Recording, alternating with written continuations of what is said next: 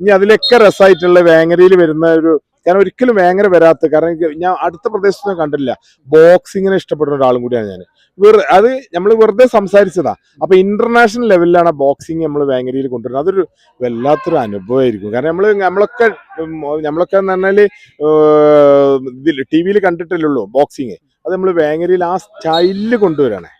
International tournament Vengara വരും. വേങ്ങര ബോക്സിങ്ങിന്റെ അത് നല്ല ഭംഗിയില് മറ്റേ ചെയറൊക്കെ ഇട്ട് അതേപോലെ ഗാലറി ഒക്കെ കെട്ടി, അത് ഏറ്റവും അതിന്റെ ഏറ്റവും ഭംഗിയിൽ പുറത്തുനിന്നൊക്കെ ആളുകൾ വരുന്നുണ്ട്. അപ്പൊ അതുകൂടി ഒരു വേങ്ങരയിലെ പുതിയൊരു അനുഭവമായിരിക്കും വരിക. വേങ്ങരക്കാർക്ക് മാത്രമല്ല കേരളത്തിന് തന്നെ ഒരു അഭിമാനിക്കാൻ പറ്റുന്ന ഒരു എന്തായാലും ഇന്ത്യയുടെ വ്യത്യസ്ത മേഖലയിൽ വ്യത്യസ്ത നാടിന്ന് ഇത് കാണാനായിട്ട് വരും. പിന്നെ ഓൺലൈനിൽ ടിക്കറ്റ് ആയതുകൊണ്ട് എല്ലാവർക്കും വരാലോ. പിന്നെ കറക്റ്റ് സീറ്റിംഗ് ആയിരിക്കും. നമ്മൾ ഫുട്ബോളിന്റെ പോലെ എങ്ങനെയാ ഇടിച്ചു കയറി കൊടുക്കാൻ പറ്റില്ല. കാരണം അത് അത്രയും സമയം വരുന്നല്ലേ, ഒരു 3-4 മണിക്കൂറത്തെ ഇവന്റ് വരുന്നല്ലേ, 2 ദിവസം വെച്ച് നടക്കുക.